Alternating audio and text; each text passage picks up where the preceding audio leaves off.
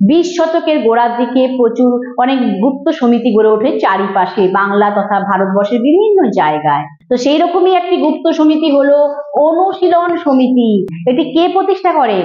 এটি প্রতিষ্ঠা করেন সতীশচন্দ্র বসু 1902 সালের 24শে মার্চ।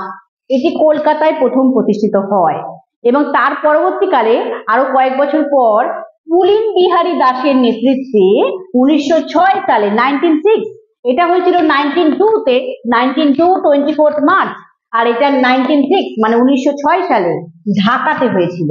এবং কলকাতায় অনুশীলন সমিতি সূচনা হলেও ঢাকাতে কিন্তু খুব শক্তিশালী হয়েছিল।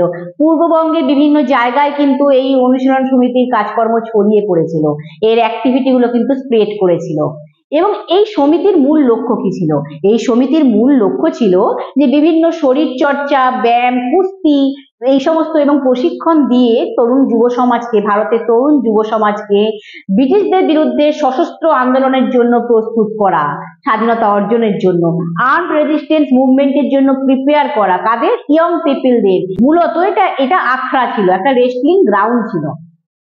আর এই যে অনুশীলন সমিতি মূলত এই শরীরচর্চা কেন্দ্রিক আখড়া হলেও এর ভেতরে কিন্তু জার্মান থেকে অস্ত্র পাচার করে এনে, জার্মান থেকে আর্মডকে লাউন্ডারিং করে এনে আনা হতো, সেই অস্ত্রকে এনে এই বন্দুক, বিভিন্ন বোমা, এই সমস্ত অস্ত্র শস্ত্র সেগুলো কিন্তু বিপ্লবীদের মধ্যে বিলি করা হতো।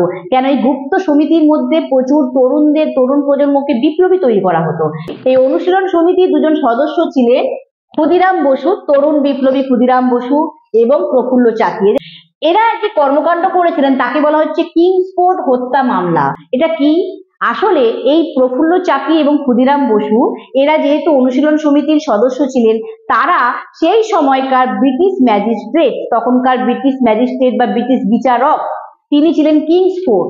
তিনি ভারতীয় বিপ্লবীদের কাছে যথেষ্ট অপ্রিয় একজন ব্যক্তি ছিলেন। কেন? কারণ তিনি যে বিচার করতেন সেই বিচারগুলো ভারতীয় বিপ্লবীদের প্রতি প্রচুর কঠোর হতো, খুব স্ট্রিক্ট জাজমেন্ট করতেন। তো সেই কারণে কিংসফোর্ডকে তারা লক্ষ্য করেছিলেন এবং সেই মতো তারা মুজাফফরপুর গিয়েছিলেন। মুজাফফরপুরে কিংসফোর্ড থাকতেন। তারপর একদিন তারা দুজনে মিলে কিংসফোর্ডের ফিটন গাড়িকে উদ্দেশ্য করে বোমা হামলা করেছিলেন, বম অ্যাটাক করেছিলেন এবং সেই বোমা হামলাতে সেদিনকে কিন্তু কিংসফোর্ড মারা যাননি এবং সঙ্গে সঙ্গে ব্রিটিশ বাহিনী এই দুই তরুণ বিপ্লবীদের ধরার চেষ্টা করেন। প্রফুল্ল চাকি তিনি কিন্তু ধরা না দিয়ে তিনি কিন্তু আত্মহত্যা করেন। আর ক্ষুদিরাম বসুকে ব্রিটিশ বাহিনী ধরে ফেলেন এবং তার বিচার হয়, জাজমেন্ট হয়। অ্যারেস্ট হওয়ার পর তাকে ফাঁসি দেওয়া হয়, তাকে হ্যাং করা হয়।